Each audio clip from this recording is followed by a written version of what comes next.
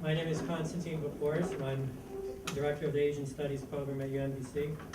And I'd like to welcome you all to our inaugural event, which is part of the Social Sciences Forum Fall 2011 Lecture Series, and co-sponsored by the Department of Economics, and of course the Asian Studies Program.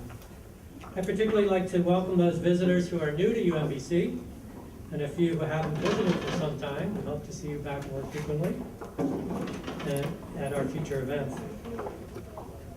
I'd like to express my thanks to our interim provost, Dr. Philip Strauss, who's going to be with us today, to help us celebrate the official start of our program, which was approved by the Maryland Higher Education Commission just this spring.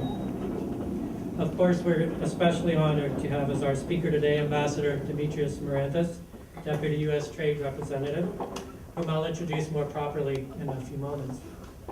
Since this is our inaugural event, I have to apologize in advance for my introductory comments, which will be longer than they should be, because I want to acknowledge a number of people without whom we could never have arrived at this point. As many of you know, it has been a long road to get to today. I first wrote a proposal back in 1993, when many of the young people in this room were 1, 2, and 3 years old. Well, my list of thanks goes even back further to 1989 when I was hired to come to UMBC.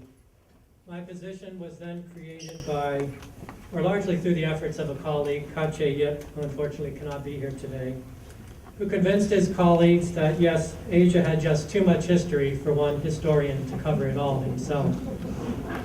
And so a position in European history was converted to the line which I now occupy for some time to come, I hope, in Japanese history. At least 2 recessions and far too many drafts proposals later, we've been able this fall to launch an interdisciplinary program with 22 faculty in 10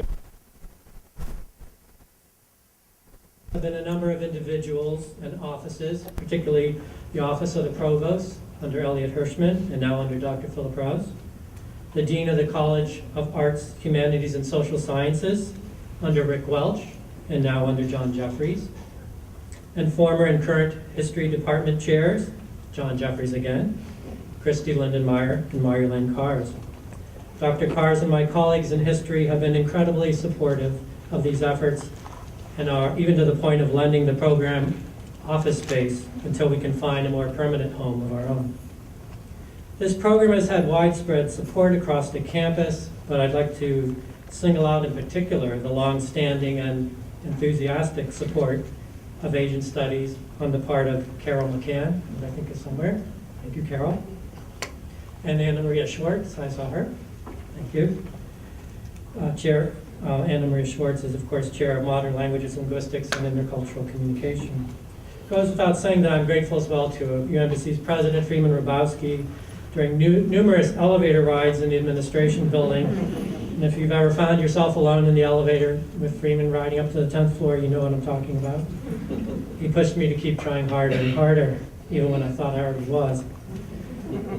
But I have to confess that even more than those brief talks with Freeman, it was the encouragement and enthusiasm of our students whom you see here today, who wanted this program and made it possible today. That enthusiasm continues, especially now that the program is official. For example, when I suggested to the students in my Introduction to Asian Studies class the idea of forming a council of majors, 15 students came forward immediately, literally surrounding me. A number of them are with us today, and several of them greeted you as you entered the gallery. In the first 3 weeks of class, we've had 23 students declare the major and 13 the minor, more than double our initial projections, so I think we're off to a good start. That good start is in large part due to the enthusiasm of our 21 faculty, some of whom are here with us today. It's also due to the efforts of Julie Rosenthal, wherever you are, Julie, our program management specialist, who has done all the arrangements today, including the reception, which we'll enjoy afterwards, the signs on the loop, which hopefully guided our visitors to the right spot. Let me take this opportunity to tell you that this event is the first of 4 scheduled for our inaugural year. If you're not already on our electronic mailing list, there's a piece of paper in the back. Please leave us your name and email address. Our next event is November 3rd, when Professor David Shambo, the director of the China Policy Program at George Washington University, will present a talk entitled China Goes Global. We have flyers at the back desk. If you'd like to take one with you as a reminder or to post somewhere, please do. As I mentioned at the outset, we're most honored to have with us today Ambassador Demetrios Marantis, Deputy U.S. Trade Representative, who took the time out from his busy globe-trotting schedule to be with us today to speak to us on a topic of great importance to the United States in general, and to Maryland in particular. Witness Governor O'Malley's trade mission to Asia this past summer. Ambassador Marantis' talk is entitled U.S. Trade Policy in the Asia-Pacific, The Path Forward. Let me give you a little bit of background on the ambassador. He serves as Deputy U.S. Trade Representative. He was nominated for that position by President Barack Obama and confirmed by the Senate on May 6, 2009. He's responsible for U.S. trade negotiations and enforcement in Asia and Africa. He also leads USTR global initiatives on trade and development, labor, and the environment. Ambassador Marantis recently served as the Chief International Trade Counsel for the Senate Finance Committee. And in this capacity, he advised Finance Committee Chairman Max Baucus, as well as members and staff of the Finance Committee and the Democratic Caucus on trade and economic issues. Other prior experience includes a period as the Issues Director on the Kerry-Edwards 2004 presidential campaign, 2 years in Hanoi as Chief Legal Advisor for the U.S Vietnam Trade Council, where he provided technical assistance on international trade matters. Between 1998 and 2002, Ambassador Marantis served as Associate General Counsel in the Office of the U.S. Trade Representative, where he negotiated provisions of international trade agreements, including the U.S. Singapore and the U.S. Chile Free Trade Agreements, and represented the U.S. in WTO dispute settlement proceedings, including the U.S. Mexico dispute on telecommunications. He also has worked for 5 years in the Washington, D.C. and Brussels, Belgium offices of Akin, Gump, Strauss, Hauer Feld. He holds a JD from Harvard Law School and an AB in Public and International Affairs from Princeton University. With this very impressive record of experience and public service, we're deeply honored to have Ambassador Marantis as the Asian Studies inaugural speaker. Please join me in welcoming him.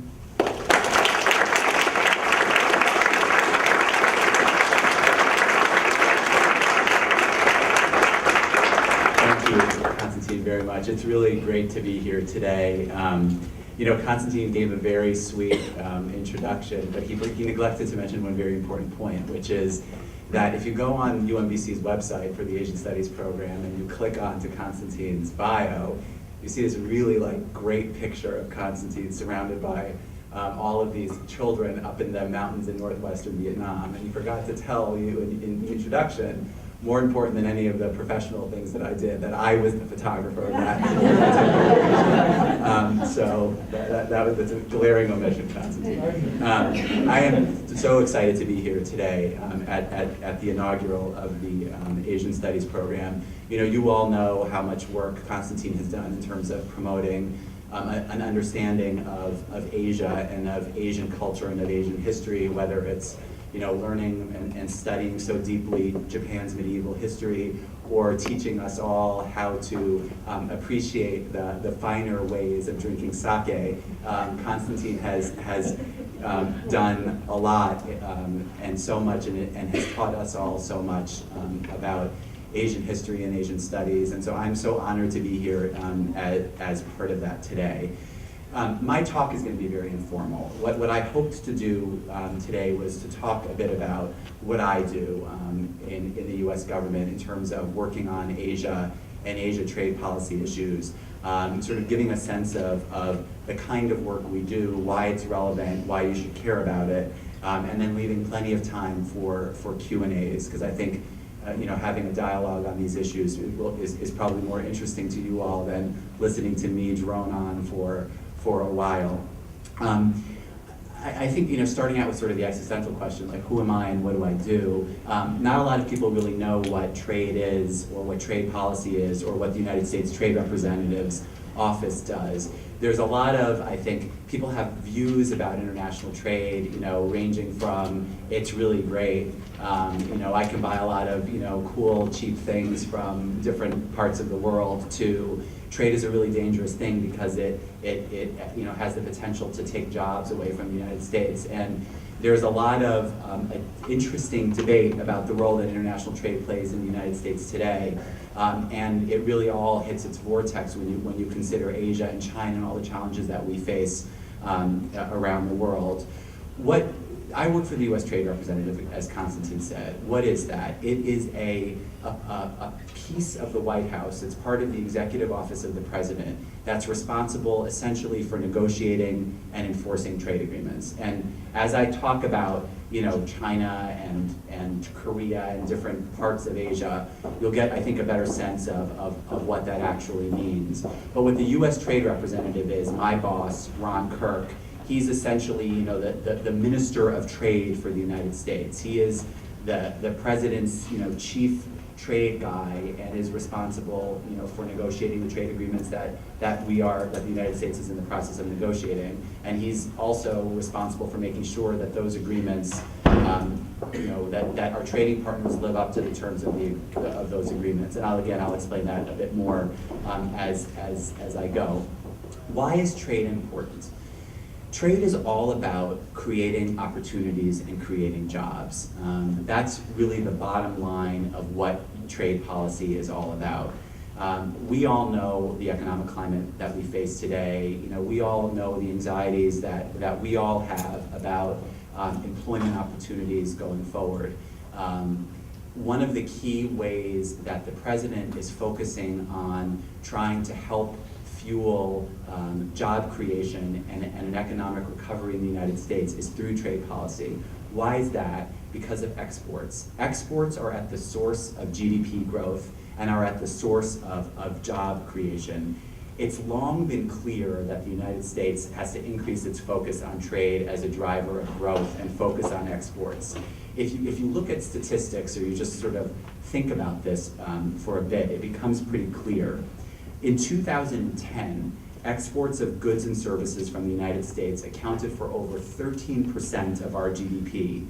And that's over 2 times more than 50 years ago. 50 years ago, 20 years ago, even 10 years ago, we were really able to rely on the huge market of the United States as a driver, as an engine of our economic growth. But as there's been so much growth around the world, particularly in the developing world, we've reached a point where 95% of the world's consumers don't live in the United States, but live abroad. And in order to grow, we have to be able to sell our goods and services there, in order to take advantage of the fact that our market is shrinking and the world's market is essentially growing. As important as sort of the macro picture of how exports help to fuel economic growth is the reality that exports help to fuel job creation in the United States. Right now, exports support millions of jobs in America, and jobs that are supported by exports typically pay on average of 13 to 18% more than jobs that don't rely on exports. Every $1 billion of exports creates in the United States 6,000 plus or minus, actually plus, jobs here. And if you look at Maryland alone, in Maryland, goods exports, so exports of U.S. goods, support 42,000 jobs for workers in over 4,000 Maryland companies. And nearly 12% of Maryland's manufacturing jobs depends on exports. And what's really interesting, if you look sort of at the companies that export, less than 1% of America's 30 million companies export. And those that do, over 50% only export to one country. So just think of the opportunities and the possibilities that are out there if America's businesses, that 1% of America's businesses that export actually double. That's why President Obama last year announced the National Export Initiative, and with the whole point of which is to double U.S. exports by 2014, which is estimated that that will create an additional 2 million jobs in the United States. And so, okay, so how is that all relevant to Asia? Asia is the most dynamic market region in the world. I mean, that's stating the obvious. The Asia Pacific covers 40% of the world's population and over half of global trade. And Asia, as all of us know, and as all of us have been there and all of us have studied, is growing faster and is more competitive and more dynamic than any other region in the world. Right now, 60% of the goods and services that we sell go to the Asia Pacific region. Our exports to that region are predicted to grow an additional 40% over the next 5 years. Right now, 2/3 of U.S. agriculture exports, including Maryland's top exports like soybeans and poultry, go to the Asia Pacific region. In fact, for Maryland's purposes, nearly 45% of Maryland's total exports are sold in the Asia Pacific region. So you look at Asia and you see huge opportunity, and our exports are really growing to that region, which is great. But here's where the challenge comes in.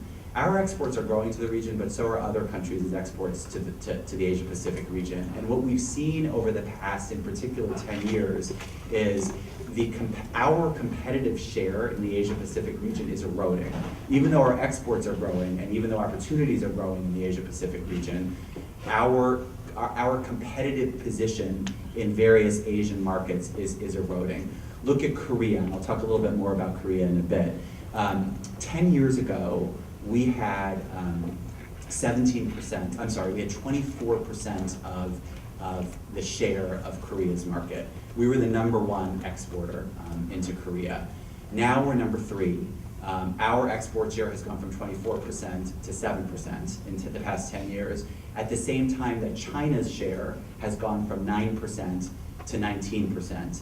And Korea is emblematic of a trend that we're seeing in the region, which is very troubling. We're losing our competitive edge in a very important region in the world, and in order to regain and redouble our competitive edge, we need to actually be much more active in terms of what we do in the region. And that's where trade policy comes in, and that's where USTR, where I work, comes into the picture.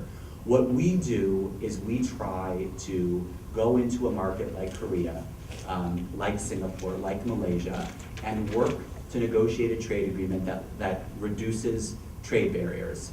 In other words, we will go in and try to secure reductions in tariffs. For instance, in Korea, where we've just negotiated a free trade agreement, which is right now pending before Congress, Korea's average tariff on U.S. agricultural products is 54%. Our average tariff on products that come in from Korea is 9%. In order to level the playing field and make the balance sort of neutral, we will negotiate a trade agreement that will bring Korea's tariffs down and bring our tariffs down actually too, as they more closely approximate 0. And we remove other types of trade barriers, whether or not they're sanitary and phytosanitary restrictions or technical barriers to trade or barriers to intellectual property, so that we, as an economy, are able to sell what we do best. We make the best products in the world. We create the best services in the world. We are the most innovative country in the world. And in order to be able to actually sell those products at a more competitive, on a more competitive footing, we try to negotiate trade agreements to ensure that our exporters are able to access those markets. If we don't, everyone else is. China's negotiating trade agreements, in the Asia Pacific region. Japan is negotiating trade agreements. The EU is negotiating trade agreements. They never did that before, and now they do. And so what's happening is, as other countries negotiate preferential access to other markets in the Asia Pacific, we're getting locked out, or we're getting put at a competitive disadvantage. That's why President Obama is really keen on doing as much as we can in the Asia Pacific region to kind of turn this tide around, to boost our exports and to reverse that competitive erosion that I was talking about. And so all of the initiatives that I'm about to talk about, throughout the Asia-Pacific region, all of the things we do are through that prism. How do we grow our exports in a way that's going to help to create and support more jobs, whether it's on the farm, whether it's in the factory, whether it's in a design studio, whether it's in an architectural services firm. The whole point of everything that we try to do at USTR and trade policy generally is to help increase our exports so that we're able to support more well-paying jobs here in the United States. So with that background, let me talk a little bit about some of the things that we're doing in the Asia-Pacific region. Some of the things that are really in the news right now, other things that are less in the news but are also very important. Let me start with Korea. I mentioned Korea a little bit already. Korea is a critical trading partner of the United States. It's a huge economy. It's one of the most dynamic economies in East Asia. The United States and Korea have concluded a free trade agreement that does a lot of really amazing things for us. It provides us with new unprecedented access to Korea's enormous market. It provides us new unprecedented access to Korea's $580 billion services market. The International Trade Commission predicts that once this agreement goes into force, it will support at a minimum 70,000 new jobs in the United States from goods trade alone. And that's just trading in actual physical goods, not services and other aspects that are so essential to the U.S. economy. This is a big deal. When this agreement goes into effect, it'll boost U.S. exports by $10 to $12 billion annually, with the related effects on U.S. GDP. The agreement has wide bipartisan support.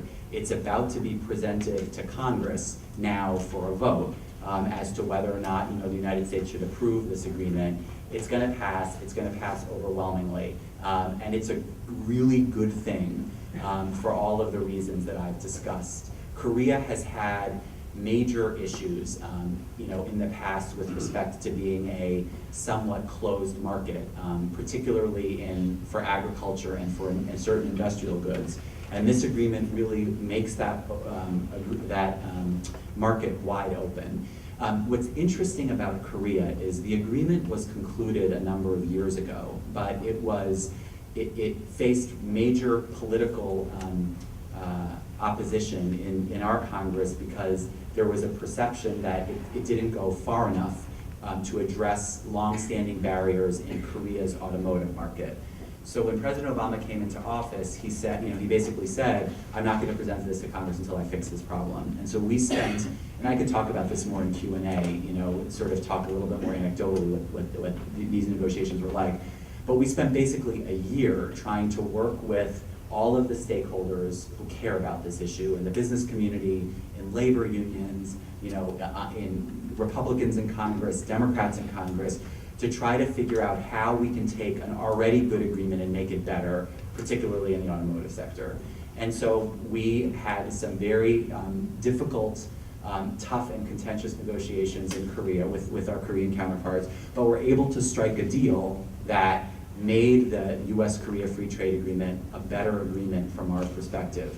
So much so that an agreement that had engendered widespread opposition in the United States was able to garner the support of the full U.S. business community, and for the first time ever actually attracted the support of certain key labor unions like the United Auto Workers, the United Farm and Commercial Workers, and the United Association of Plumbers and Pipe Fitters, who had never before supported a free trade agreement because they saw the opportunities that Korea's market actually presents for creating jobs and for basically equalizing the trade relationship between the United States and Korea. That whole process took a couple years off of my life, but I'm really excited actually because it's about to reach fruition when our Congress will likely vote on it in the coming weeks.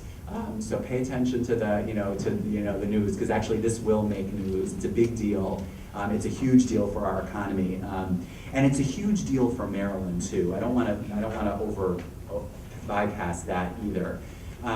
Maryland's top exports are chemicals, metals, and computer and electronic products on the goods side. Those tariffs on those products are going to come down dramatically. On chemicals, 51% will come down, immediately and be duty-free. Other products will also come to zero. Their tariffs will come to zero immediately. On the agriculture side, some of Maryland's big exports to the Asia-Pacific region, as I mentioned earlier, are soybeans, poultry, and eggs, which are key for Maryland's economy. Those are actually very hard-fought concessions that we got in the agreement because that poultry in particular was a very sensitive and controversial sector. But Maryland's farmers will actually have new, unprecedented actually, access to that market when the agreement goes into force. Maryland's dairy products as well will benefit from new access that will affect cheese and skim and whole milk powder and food whey and butter.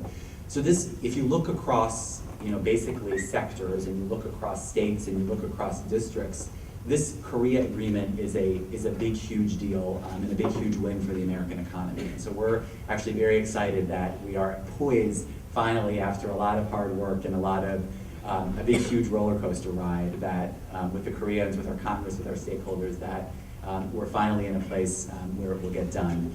What's also important, I don't want to overlook this either, is Korea is one of our most important allies strategically in the Asia-Pacific region. And an agreement between the United States and Korea that's as strong and as powerful as the U.S.-Korea Agreement also helps to shore up a really vital strategic ally in the region.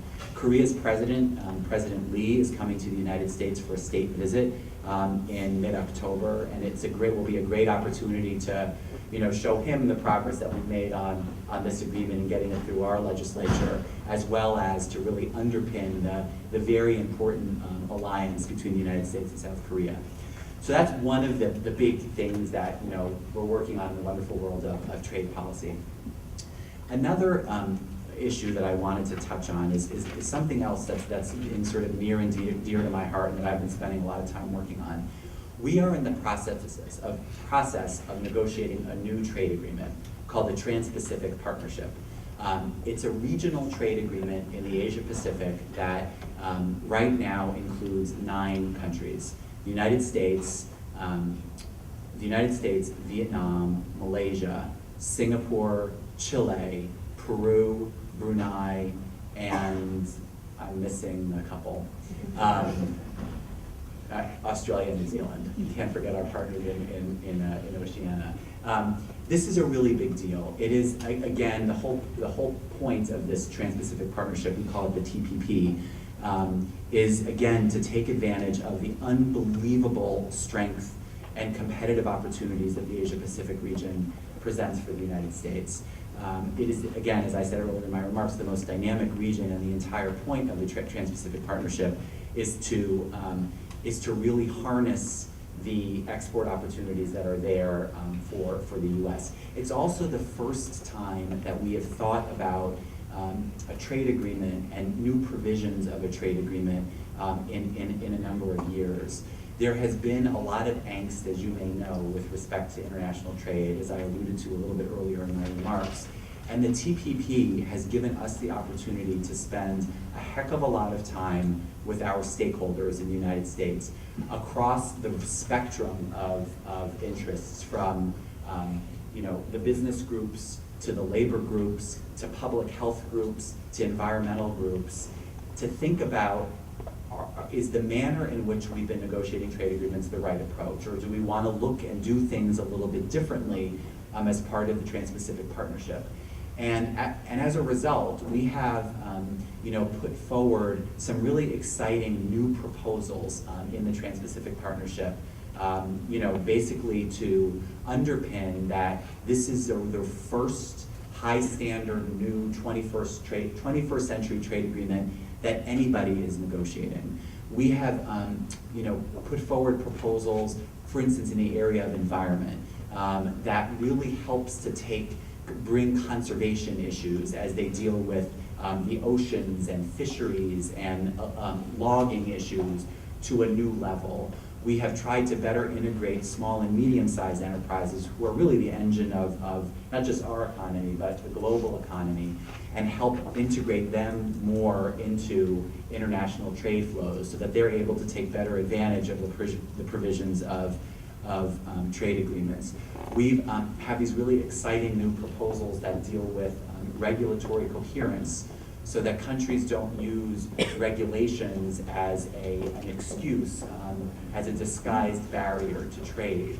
We're also working from the lessons we've learned, with China and some other countries that are largely state-dominated. What are the types of provisions we want to include in these agreements to deal with the competitive distortions that state-owned enterprises put in the international trading system? It's been a really neat process from my perspective, because we've really gotten to look at what we do fresh, to see again what we're doing well, what we can do better, what are new issues that we can include.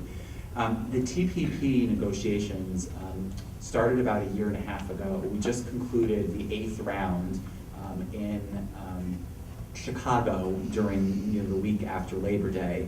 And the idea here is in November, President Obama is going to be hosting and I'll talk about this a little bit more, a gathering in Honolulu of 21 members of the Asia-Pacific community. But members of that Asia-Pacific community are the 9 TPP countries. And so what he's hoping to do is to be able, in November, to announce, with the other TPP leaders, the broad outlines of what a TPP agreement, will look like when it's done. It may sound kind of wonky and kind of boring, but it's actually very significant for the U.S. economy, and it's something that is going to still require, more hard work. But when this is done, it's going to be the trailblazer agreement, and I really think will set the standard for the world in terms of what high standard 21st century market opening trade agreements should look like. I mentioned just a second ago that the president is going to host this big regional event in Honolulu in November. We, the United States, are members of this 21-nation grouping called APEC, the Asia-Pacific Economic Cooperation Forum. It includes many countries in East and Southeast Asia, the U.S., Canada, Mexico, and some countries in Latin America as well that border the Pacific. This was launched many years ago, and it's an opportunity for us to work with our partners in the Asia-Pacific region on non-binding. Most of the trade agreements that I've been talking about so far are legally binding. You sign it. If you don't abide by the provisions of the agreement, you get sued. The difference with APEC is it's a non-binding forum where you can really work on trade liberalizing initiatives in a way that is oftentimes less threatening to some trading partners because they're not subject to dispute resolution. The United States is hosting APEC for the first time since 1993. So it gives us a really great opportunity to do two things. One is to actually get out around the United States and explain why trade with Asia is important and why it's important to the economy, why it's important to creating jobs. But it also gives us the opportunity to shape APEC's agenda. And the president has been really focused particularly on 3 areas that we're pushing in APEC to get to make more progress on. And I can go into as much detail as you want during Q&A. But one of the areas is exploring what next generation trade and investment issues like innovation, how should that be done?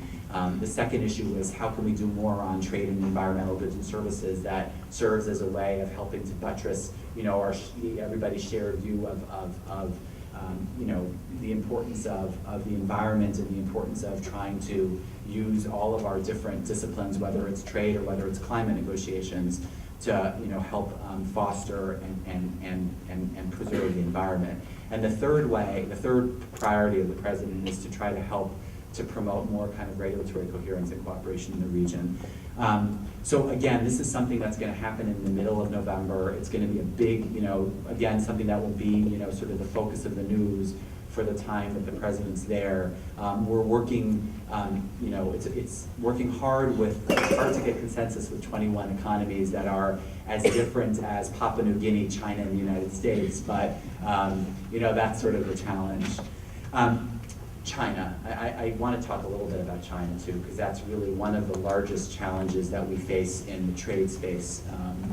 You know, it's very cliche to say China presents huge opportunities and huge challenges. It's true. You know, China is such a huge market.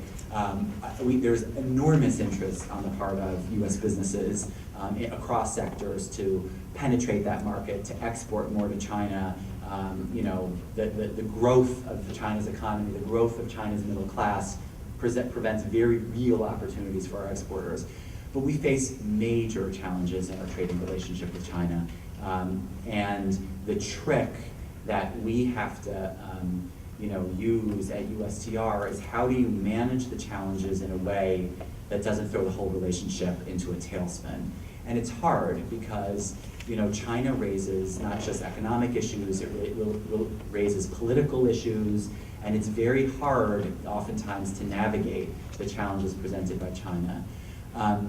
So far, I think we've done a pretty good job on it. You know, we have tried to really focus on problem areas with China where we can help seek, you know, resolution. And we do that in two ways. We have sort of well, they're both formal. There's the dialogue, you know, route, and then there's the enforcement, the you know, sue China route. On the dialogue route, we have a number of mechanisms in place, annual high-level dialogues between the United States and China. We have one thing called the Strategic and Economic Dialogue that Secretary Clinton and Secretary Geithner co-chair. We have the Joint Commission on Commerce and Trade, which is the annual trade dialogue that the USTR, Ron Kirk, and the Secretary of Commerce, that needs to be confirmed still, chair.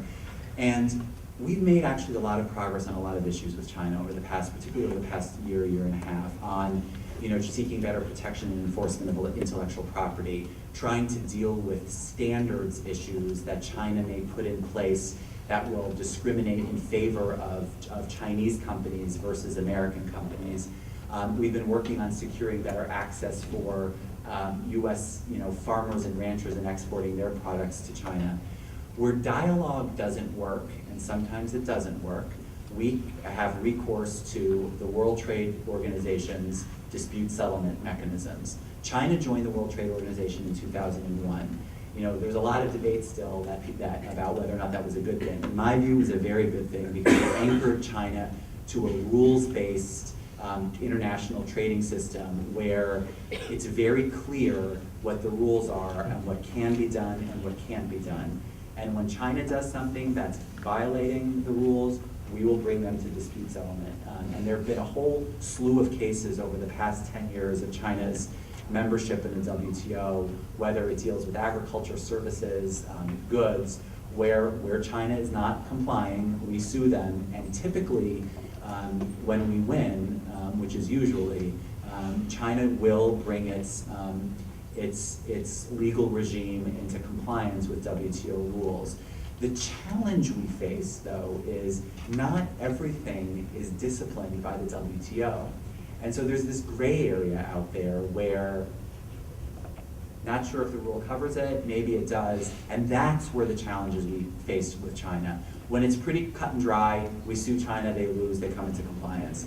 But when it's not cut and dry, that's where, you know, the creative art of negotiation comes in to try to solve and resolve some of the issues. And that's really the challenge that we face. We are working towards the next JCCT, the Joint Commission on Commerce and Trade, and the key issues out there that we're going to have to deal with this year, again, are, you know, trying to get China to do a better job of enforcing intellectual property rights. China's made a lot of progress in that area, but there's still rampant piracy, there's still rampant counterfeiting, and, you know, there's been a much more serious level of commitment and engagement to these issues on the Chinese side, and we just need to continue to make progress. Another real challenge that we face this year and will face this year is in this area called indigenous innovation. China has pursued a policy called indigenous innovation in order to meet a very laudable goal, which is trying to propel China forward as becoming a more innovative society. We are the most innovative society in the world. We are a great model for how to conduct innovation policy.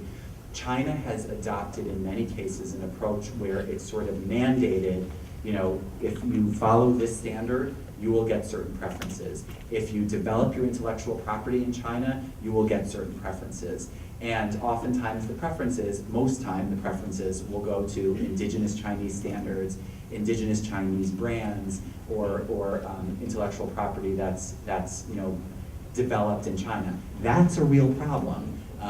And it's not just a real problem from the perspective of exports, which it is, but it's also a real problem from from the perspective of China trying to make itself a more innovative country. If you mandate a standard, it's going to become outdated tomorrow as standards keep developing. If you mandate a technology, it's going to become outdated. And so China, you know, has been going down a road in the name of trying to promote innovation in a way that's probably actually not going to help it achieve its result.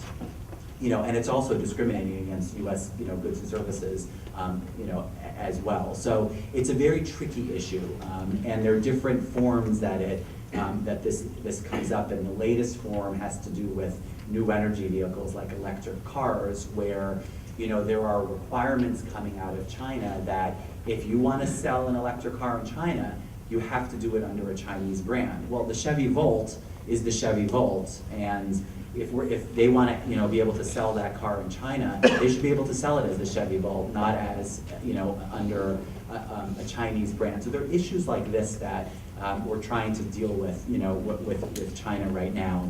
We also face challenges in, you know, the area of rare earths, which is another area that I can go into in more detail with you. That's been in the news quite a bit lately. You know, the key issue though for us is to maintain that balance of we want to make sure that our exporters have, you know, as broad and as wide of an access to China's market for all of the reasons that I talked about earlier, because exports to a huge market like China is actually good for us and for job creation here. But we want to make sure that our exporters don't face discriminatory barriers that lock them out of the market at the same time that Chinese exporters have largely unfettered access to our market. And I can go into China again if you all have questions on that. I'm happy to talk about that ad nauseum. I don't want to leave out Japan. Japan is, you know, obviously a key trading partner of ours. It remains our fourth largest trading partner. You know, there's a long legacy of trade wars between the United States and Japan. You know, much of that has really passed. We've been able to develop, and our relationship, our trade and investment relationship with Japan has really matured. We still have, you know, irritants with Japan. You know, they don't accept U.S. beef for a variety of unscientific reasons. We have issues with them in the services sector, but by and large, our relationship with Japan is very steady in the trade sphere.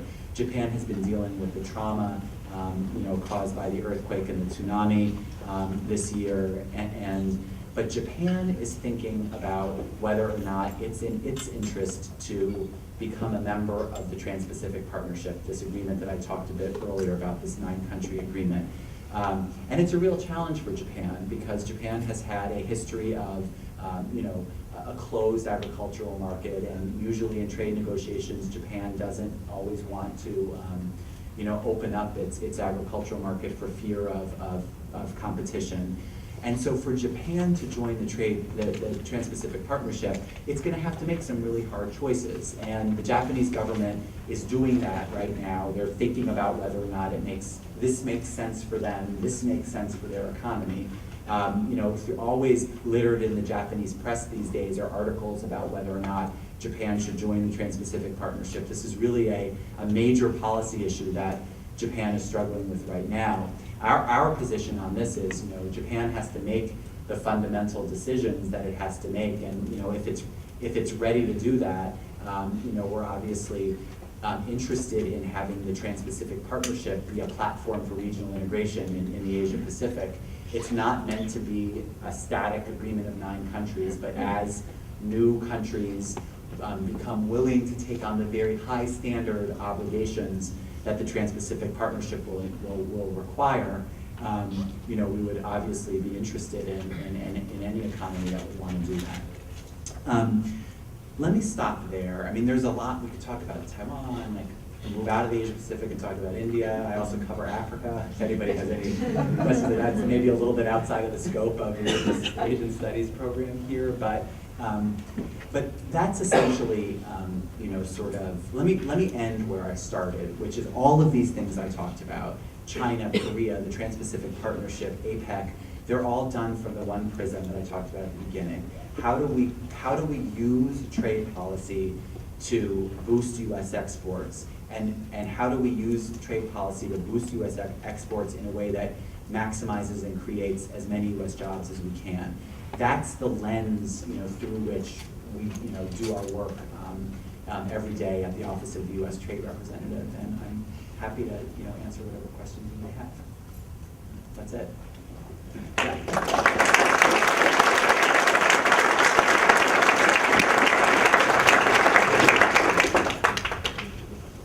Yes, question in the back. You certainly give very eloquent reasons for increasing trade, and I'm a layperson, so forgive me for putting it in sort of lay terms, but there's also a huge trade deficit, is there not, that the U.S. suffers. And when you talk about 70,000 jobs being created by exports, well, how many jobs are lost due to imports into the country? And that's one of the things why people are often protectionist. And could you address that a little bit? Yeah, I'm happy to. There is a very serious, I think, misperception with respect to the relationship between trade deficits and job losses. We do, you're right, we run a high trade deficit today, but there is no real correlation between trade deficits and unemployment. If you look at history, for instance, during the period when we ran the highest unemployment during the Great Depression, we had the highest trade surplus that we've had. And during the most recent period of full employment in the 90s, we were running pretty high trade deficits. There is a direct correlation between exports and jobs, but there isn't a direct correlation between imports and jobs. Some imports go into inputs that are produced in the United States, sold and exported. So some imports are actually beneficial to job creation in the United States. Other imports don't really have an effect on employment. And other imports, as you correctly point out, can lead to job losses. But there isn't the same direct correlation between imports and job losses as I think is popularly believed. But in instances where trade does create job dislocation, the United States has developed over the course of the past 50 years, and the Senate actually passed a reauthorization of this just last week, a program called Trade Adjustment Assistance, which is a program that provides for workers who may lose their jobs because of increased imports or because their factory moved from the United States to a third country. There is a program in place that provides retraining to help workers who've lost their jobs train in order to get a new job in an area of the economy that's actually growing. So, though I think it's important to remember the really strong correlation between exports and job creation, in the instances where there are dislocations because of trade, we try, through the Trade Adjustment Assistance Program to help workers, have extended unemployment compensation and retraining so that they're able to qualify for a new job.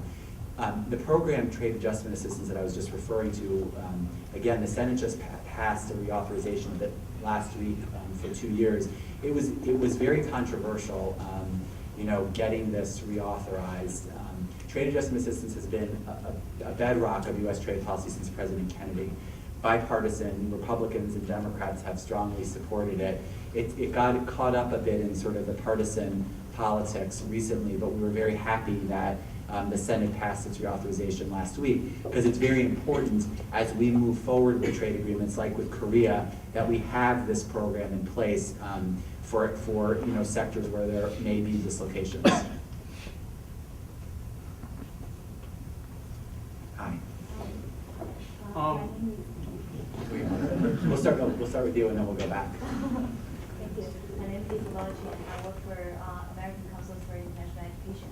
I have a question because you just mentioned the cases in Korea and China. So in terms of the beef export, I know in Korea there are a lot of Korean farmers, they oppose to that because their beef will not have the good selling on the market. And in China, they benefit from the exports, but some people who care about the environment, they say now China becomes a factory and China's environment gets worse and worse. So in your professional experience, have you been ever questioned by the people from Asia, and how you justify that the global marketing, global trade you're promoting is really mutually beneficial? That's a great question. The beef issue with Asia, whether it's Japan, Korea, or China, has been extraordinarily frustrating over the course of the past number of years. And here's why. Back in 2003, when we had in the United States an incident of BSE, of a cow that wandered over the border into Washington State, and was discovered and tested positive with BSE, markets around the world closed to U.S. beef exports, because there was the assumption that we had this massive problem with mad cow disease, and that our beef was going to infect people around the world. It turned out that that was patently not true, and that scientific evidence has been very clear that U.S. beef is safe, is delicious, and so we have fought an uphill battle since 2003 in trying to get our partners in Asia to reopen their markets. Japan has had a history of problems with various beef-related issues, and so there is a nervousness amongst the Japanese public about the safety of beef. You have a similar situation in Korea as well, and I'll tell you a story about Korea in a couple seconds. But we have been trying step by step to work with our trading partners to remind them that the science is very clear that our beef is safe, and restrictions that, whether it's China, Korea, Japan, Taiwan, whoever puts on it, are not only scientifically unjustified, but are really just disguised protectionism to protect their own, nascent beef industries. In 2007, when we were finalizing our trade agreement with Korea, we were also working on the beef issue. Korea had its market closed to the U.S. It had reopened in a somewhat herky-jerky way. The U.S. and Korea negotiated a beef protocol, but because of the sensitivities of the issue with respect to beef, the newly elected president of Korea, the current president, President Lee, in 2007, faced basically 1 million people on the streets, in candlelight visuals in Seoul, protesting, the resumption of normal beef trade between the United States and Korea. And as a result of that, the protocol that the U.S. and Korea negotiated to fully open Korea's market to U.S. beef for beef from cattle of all ages got restricted to beef from cattle under 30 months. Operating under sort of the false assumption that, beef from cattle under 30 months is more safe than beef from cattle over 30 months. That's not the case, but there were, major political, there was a major political upheaval in Seoul. And so that's the kind of passions that this issue has elicited, not just in Korea, but also in Japan and in Taiwan and elsewhere. And it's been very difficult and challenging for us because we have science on our side, and it's hard to sometimes overcome the visceral, emotional reaction that there is on this issue. But the good news is that we have been making slow and steady progress with our trading partners on this issue, particularly as years of evidence and scientific data, is consistently supporting the fact that, our beef in the United States and the way we rear beef and is safe. So it's been a very hard issue to work on, and there have been a lot of ups and downs on it, but I think I hope we're moving in the right direction. Someone in the back had a question. Yes, my name is Robbie Sahutsky. I'm a Sondheim Public Affairs Scholar and an honors college student studying economics. My question is, do you believe that America's economic ambitions have either directly interfered or supported our ambitions of improving human rights in China, and why? Another very good question.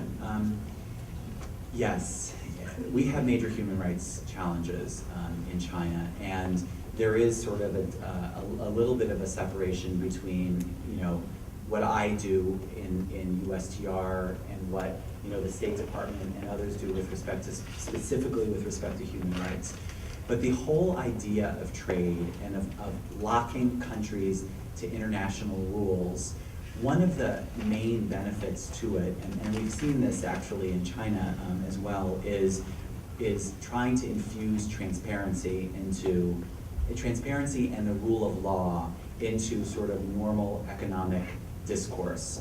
And over the years, we've seen, with China, as China is trying to comply with the transparency obligations that it's undertaken in the WTO, that, is something that I think actually really helps in terms of opening, government up to, more scrutiny and to more, just to more public participation.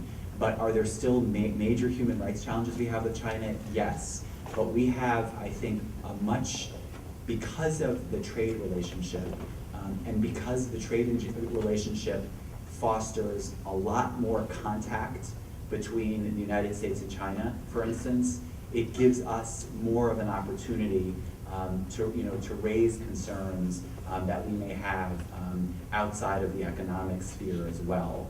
So I mean, my own view, and this is my own personal view, is the more engaged we are at the highest level, at the mid-level, at low levels, the more interaction there is, the more ability we have and the more points we have in our relationship to help make progress on some of the thorny human rights issues that we face. Yes? Hi. I think it's remarkable how little time you spent discussing the WTO. If we'd been here 10 years ago, the WTO probably would have been the focus of your talk, and your talk would have had sub-focuses of what various countries were impeding us in various ways, or what their negotiation goals were, and things like that. Is the WTO going to be a static organization moving forward, and we're just going to see more of these bilateral deals and maybe slightly larger multilateral deals, or do you think maybe the WTO reform program might pick up steam at some point? One of the reasons, I mean, in full candor, that I didn't really talk about the WTO is I don't focus on it in my own sort of portfolio. There's another deputy USTR who's our ambassador to the WTO in Geneva, and that's his sort of lifeblood. But you ask a really good question. I mean, that we have been negotiating the Doha round. For those of you who don't know what the WTO is the World Trade Organization. It is the one organization that anchors 150 plus countries into a series of various multilateral agreements that affect goods, services, intellectual property, standards, sanitary and phytosanitary measures. It was most recently expanded. It is part of the Uruguay round of trade negotiations back in the early 90s. For the past number of years, WTO members have been trying to negotiate the Doha round, which is sort of the next generation of WTO negotiations, and they still haven't come to a conclusion yet. And so a lot of questions people have been asking is, well, if WTO members haven't been able to conclude the Doha round, what does that mean for the WTO? And are other bilateral and other regional agreements eclipsing the WTO? The WTO is the bedrock of the multilateral trading system. It is and will always be. There are many members of the WTO, again, 150 plus members, that all subscribe to the same rules-based trade that is so fundamentally important for keeping stability in the world trading regime. And I'll point just to our recent experience with when we had the economic downturn a number of years ago. There was a huge fear at the time that was going to unleash this backlash of protectionist measures that countries around the world were going to slap on products and services, and we were going to end up in this big, huge trade war, which is essentially what led to the Depression, in the late 20s and early 30s. It didn't happen. And why didn't it happen? It's because most of the world is a member of the WTO and basically knows that you can't do that. As much as you may have, there may be protectionist impulses in everybody's country, we are all now, locked together in a global rules-based trading system that actually forbids us from playing to us and all of our trading partners from playing to our own worst demons. And so the WTO as an organization is critical for that. The other thing that the WTO does that's really important is it serves as the arbiter of dispute. So when we sue China, because we think China has imposed anti-dumping duties on our poultry products in a way that's bad, we go to the WTO, we file a suit.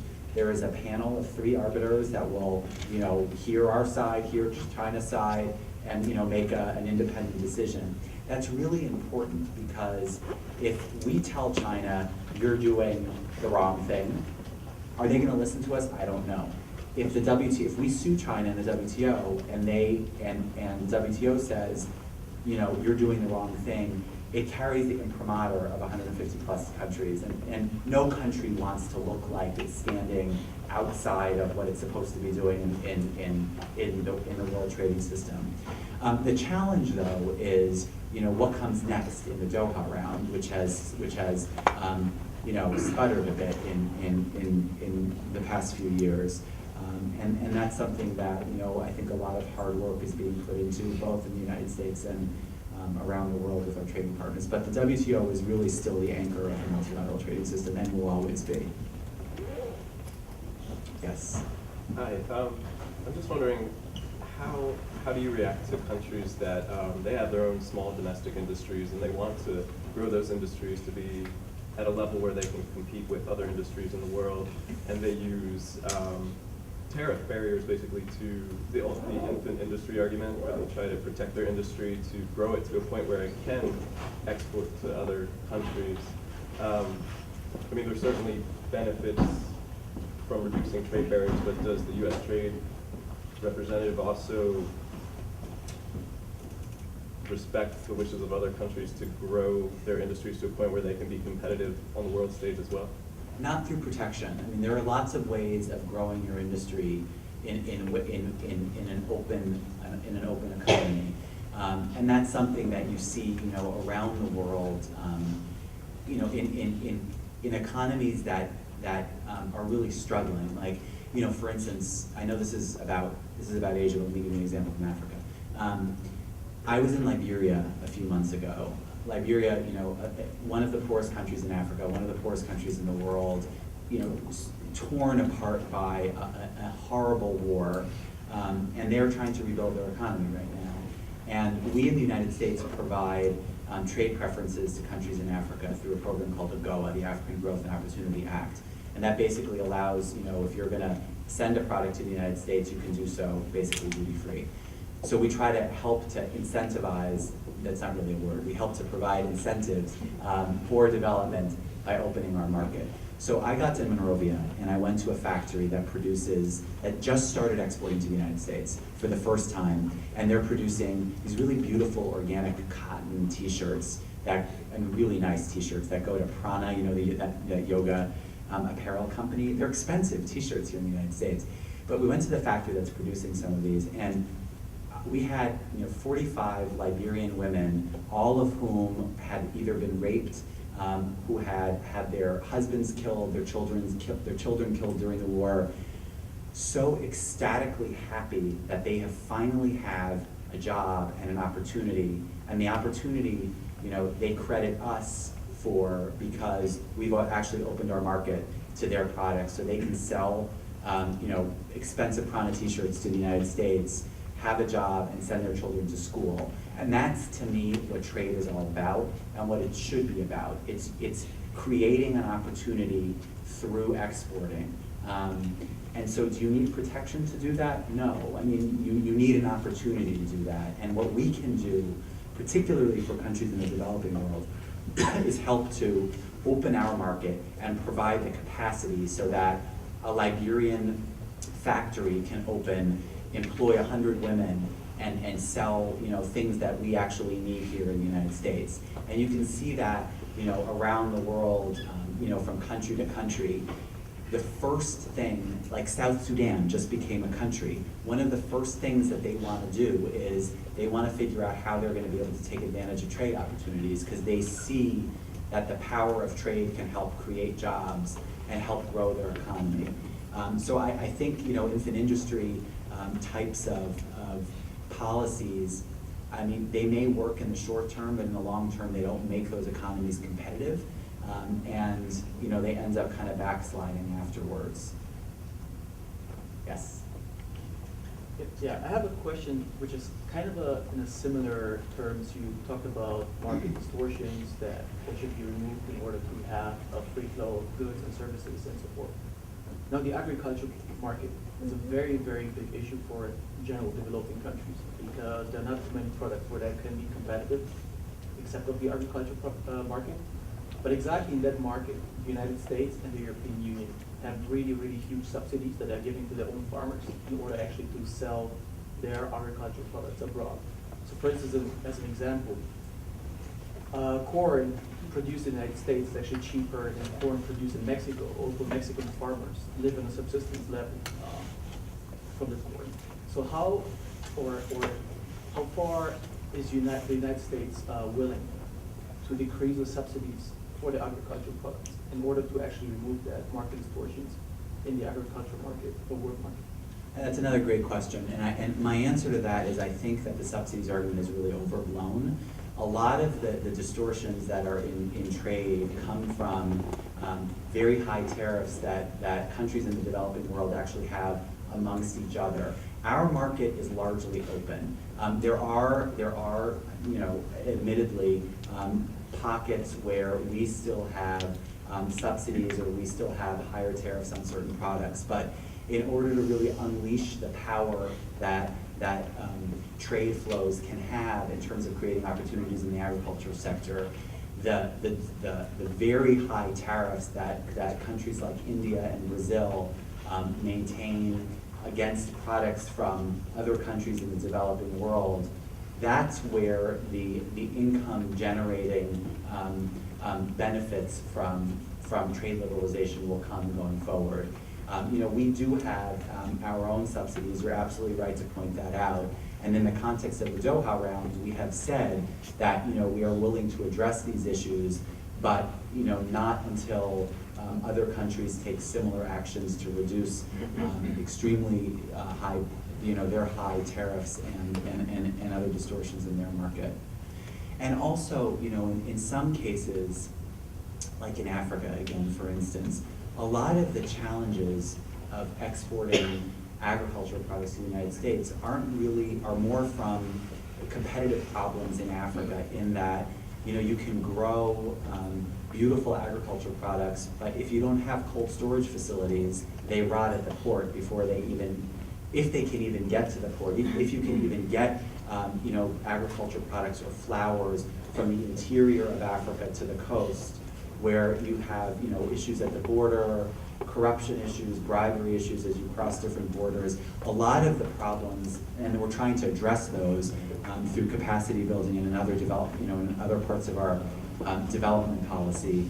If we're able to get things from the farm to the fork more quickly, you'll see, I think, a lot more ability of countries, particularly in Sub-Saharan Africa, to trade in agricultural products.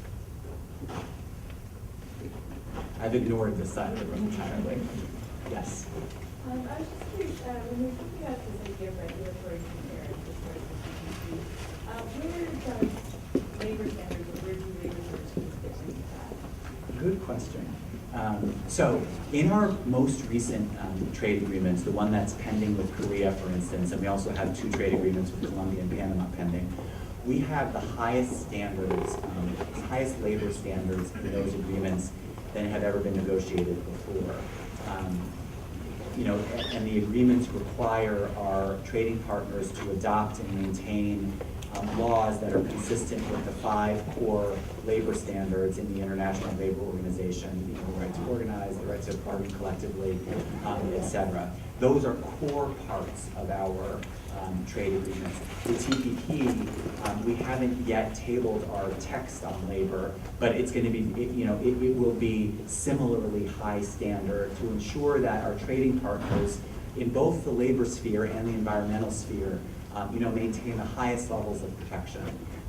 The area of regulatory coherence, it's more what we're trying to do in the TPP is to ensure that ministries talk to each other, and so that you don't have one ministry passing some regulation that ends up being a big problem because they didn't talk to Ministry Z. So it's trying, we in the United States have a really good, I think, approach to regulatory coherence. We have a central regulatory agency, lodged in the White House that helps to coordinate to make sure that the left hand is talking to the right hand. That's what we're trying to do in the TPP, is to help get our other partners to adopt a system in their own governments that help them maintain more coherence in their regulatory structure, so that there aren't inadvertent issues that come up when one ministry issues a regulation that ends up sort of thwarting what another ministry is trying to do. Yes. Thank you. So if you don't mind, I'd like to ask you kind of a political/personal question, because one of the Republican candidates running is John Huntsman, former ambassador to China, and I think held your position. Yeah, my job. At one point. So I think you might even know him. I do know him. Okay. So perfect then. So my question is this. Could you comment about how good we are currently at communicating with Asian countries, especially in their own language? And what it might mean to have somebody like Mr. Huntsman become president, and perhaps even comment about why he isn't getting much traction. Doesn't seem to be getting much traction. I wonder if the American people really don't kind of get the China thing, or get the Asia thing, and what it means for us to be able to really communicate interculturally and to establish the links that we would need to then foster trade. And we clearly, as a country, need to step up our game in Asia, and which is why I think what you're doing here in the context of the Asian Studies program is so important. We have relied, I think, historically on the fact that we're a big country, we're a huge, geographically huge country, and it's really only in recent times that it's become more and more important for us, economically, to actually be as engaged, whether it's China, whether it's India, whether it's Vietnam, whether you name the country. And it was amazing to me when I went to the expo in Shanghai last year. I don't know how many of you had the opportunity to do it. It was really neat. What was the most neat for me was to see the American students who were shepherding the hundreds of thousands of Chinese and other visitors that went through, speaking in fluent Mandarin, and I was going to say fluent accentless Mandarin. I don't speak Mandarin, so I don't know if it was accentless, but it sounded really good to me. But we have, I think, only in recent years realized the importance of what you say.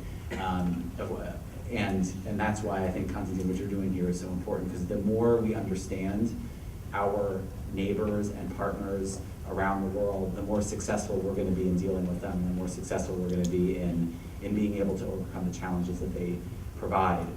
So whether you're ambassador to China, or whether you're working in an NGO in Vietnam, or whether you're a businessman or woman trying to transact business in Cambodia, the more we can understand and appreciate the local culture and speak the language, the more successful we're going to be.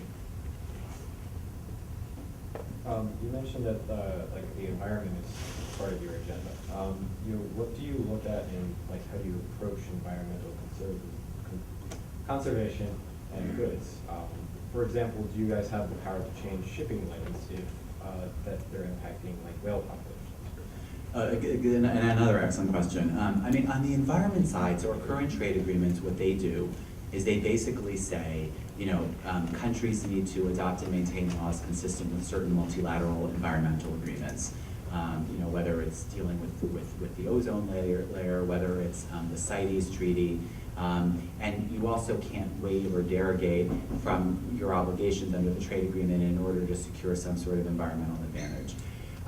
You know, that's been sort of what we've done in recent agreements. In the Trans-Pacific Partnership, we're taking that even one step further, and are really looking at, specifically looking at, you know, fishery issues. We're looking at, you know, ensuring that trade in logging, you know, you don't have illegal logging trade, and looking at trade also in wildlife to make sure that it's done, you know, consistent with international norms. It's interesting, you know, environmental trade issues, I think used to be fairly controversial because there was a view that, you know, trade policy somehow eviscerated by environmental protection, and we worked really hard over the years to make sure that trade and environment really go hand in hand. Another example is how do we support you know, efforts to combat climate change through trade policy. One way of doing that is to try to reduce trade barriers in the area of environmental goods and services. So you lower tariffs, you know, on wind turbines, so that, you know, there's an incentive for countries to develop and sell you know, solar products or wind products or biomass products as a way of helping, you know, these industries, you know, grow and develop as well. So there's a lot of interesting work that's being done in the trade and environment space.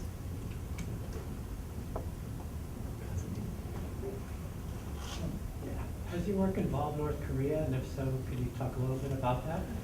And secondly, to the extent that you can talk about it, what has been your toughest negotiation?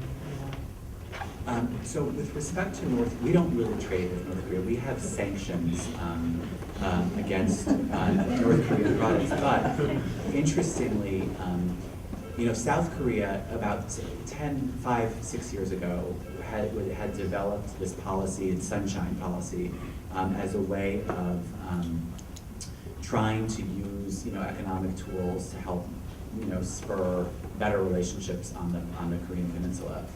And they developed, this is a sort of a long story, but it has a point. They developed an industrial park, you know, north of the border in North Korea called Kaesong. The idea was to take, you know, South Korean capital, North Korean workers, you know, develop products as a way of kind of integrating the North Korean economy a little bit more into the market. So years ago, 5-6 years ago, I actually had the opportunity to go and visit the Kaesong facility, you know, and go to North Korea and actually see it.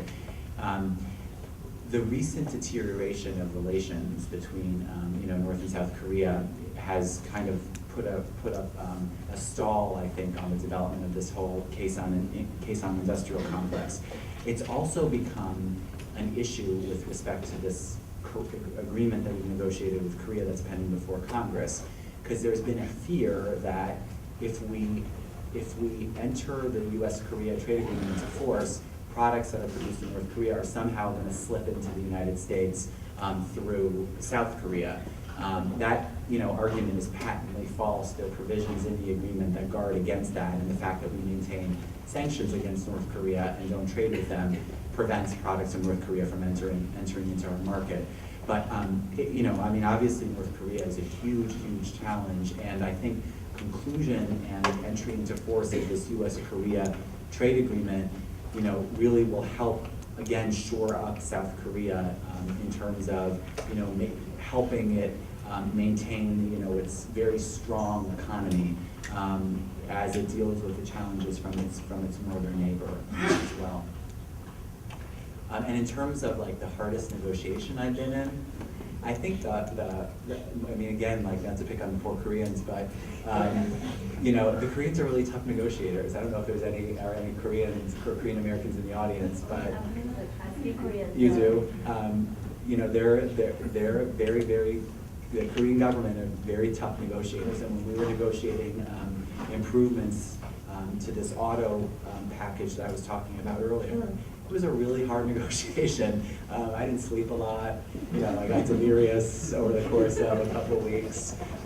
We actually ended up concluding the agreement. We went to Seoul to try to finish it, and it didn't conclude there. And then we went to Columbia, Maryland, actually, and held our final sort of round of negotiations where we were able to strike a deal. So, we have Maryland to thank for being able to conclude the U.S.-Korea Trade Agreement. So when it gets passed by Congress, it's because of Columbia, Maryland.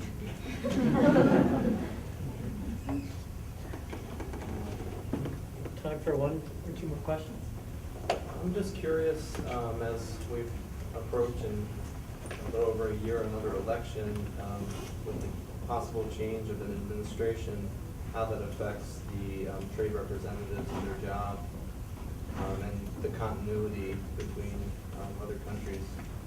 So, USTR, U.S. Trade Representative, we have about 230-ish people there.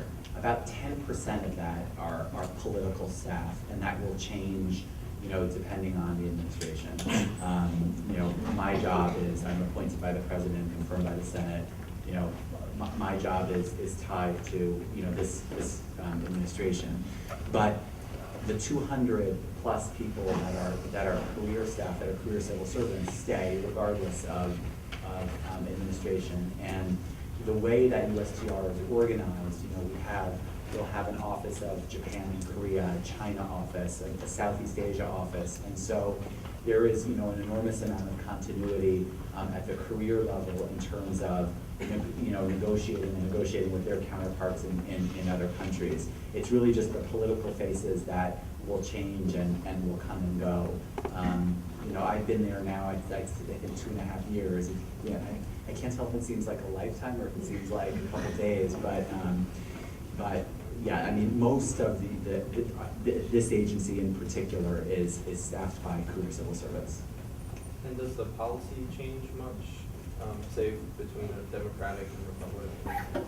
Trade policy has been typically very bipartisan, in the sense that both Democrats and Republicans understand that and agree that trade is a vehicle and is a vehicle for job creation and for exports. And so the root of the policy, which is breaking down market access barriers in other countries and allowing U.S. goods and services to flow, doesn't really change depending on who is president.